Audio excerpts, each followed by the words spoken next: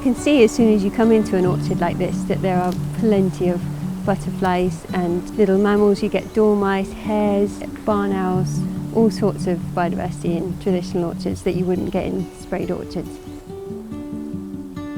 So there are a few different reasons why I set up Find and Foster. One of the main ones was reading a 2011 Natural England report that explained about Devon having lost over about 90% of its traditional orchards. Of those that remained, a huge percentage of them were in really bad condition. I hadn't spent much time in orchards, maybe I'd been in a few orchards. They're such an enjoyable place and I really sort of value the time that we get to spend in them. We're here at Woodrow Barton Farm and this is one of the first orchards they gave us the responsibility for looking after, and over the years we've taken on more and more orchards here and orchards elsewhere throughout the Exe Valley.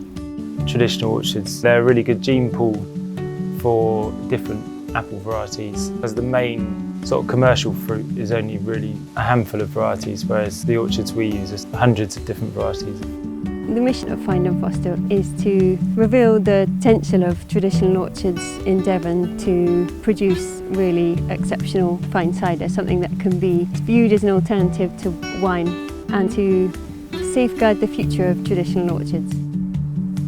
I think that cider made the way we're making it should be more sort of well known, because it's such an amazing product and the fruit has such great quality. The environment that the fruit comes from can be farmed in a really environmentally friendly way.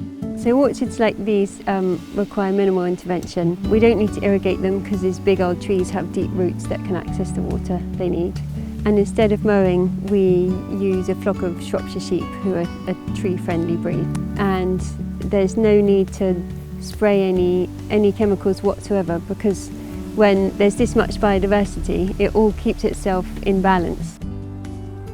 So there's a huge difference between commercially produced cider and cider made like ours. Most people were very shocked to know that you can make cider and it can only have 35% apple juice in it, compared to a product that's 100% apples. They're so different, and yet they're all under the same sort of umbrella name. So that doesn't at all protect an orchard like this. They're an important genetic resource that provides us with potentially drought-resistant trees and trees resistant to diseases, but also they're an opportunity to provide jobs and economic resilience. The impact of Find and Foster's work so far has been to introduce more and more people to what cider can be if you treat the fruit with the respect that it deserves. I think if more people were aware of the quality of the products you can produce from fruit from orchards like we look after, I think they would be world renowned and lots more people would be drinking them.